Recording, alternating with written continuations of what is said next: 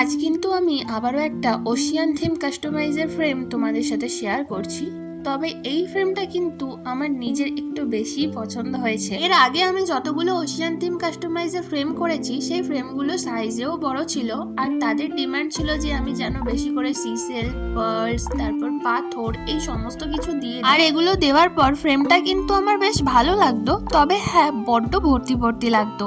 আর আজ যেহেতু পুরোটাই আমার উপরে ছিল, তাই আমি কিন্তু এটাকে একদম সিম্পল ওশিয়ান থিমের ওপরেই রেখেছি, আর তাই কিন্তু আমার এটা খুবই পছন্দ হয়েছে। আসলে বড্ড গ্যাজেমেজিক থেকে আমার সিম্পল জিনিসটাই বেশি ভালো লাগে, যেটা এই ফ্রেমটা দেখলেও তোমরা বুঝতে পারবে। তবে হ্যাঁ, সবার পছন্দ যেহেতু সমান হয় না, আর যেহেতু আমি জিনিসটা কাস্টমাইজ করে তাদেরকে দেব, তারা যেহেতু আমাকে নিজের মনের মতন পছন্দ করে নিজের মনের মতন কাস্টমাইজ করে অর্ডার করেছে, তাই আমার তো সেরকমই করে দেওয়া উচিত। তাই তোমরা কিন্তু তোমাদের মনের মতন করে কাস্টমাইজ করে নিতে পারবে। এবার তোমরা যারা বলো যে দিদি ভাই আমার এর উপরে কোনো আইডিয়া নেই, তুমি এইরকমই তোমার মনের মতন করে করে দাও, তখন আমি আমার মতোই চেষ্টা করি, আর চেষ্টা করি যাতে তোমাদেরও অনেকটা ভালো লাগে। যেমন আজকেও যে দিদিভাই অর্ডার করেছিল, সেই দিদিভাই কিন্তু খুবই মিষ্টি, আর সেই দিদিভাই আমাকে বলেছিল যে তুমি কিন্তু তোমার মনের মতন করেই করে দাও, কারণ আমার এই বিষয়ে কোনো রকমের আইডিয়া নেই, শুধু ডেট, নাম আর হ্যাপি অ্যানিভার্সারি 1 ইয়ারের সেটা মেনশন করে দিলেই হবে।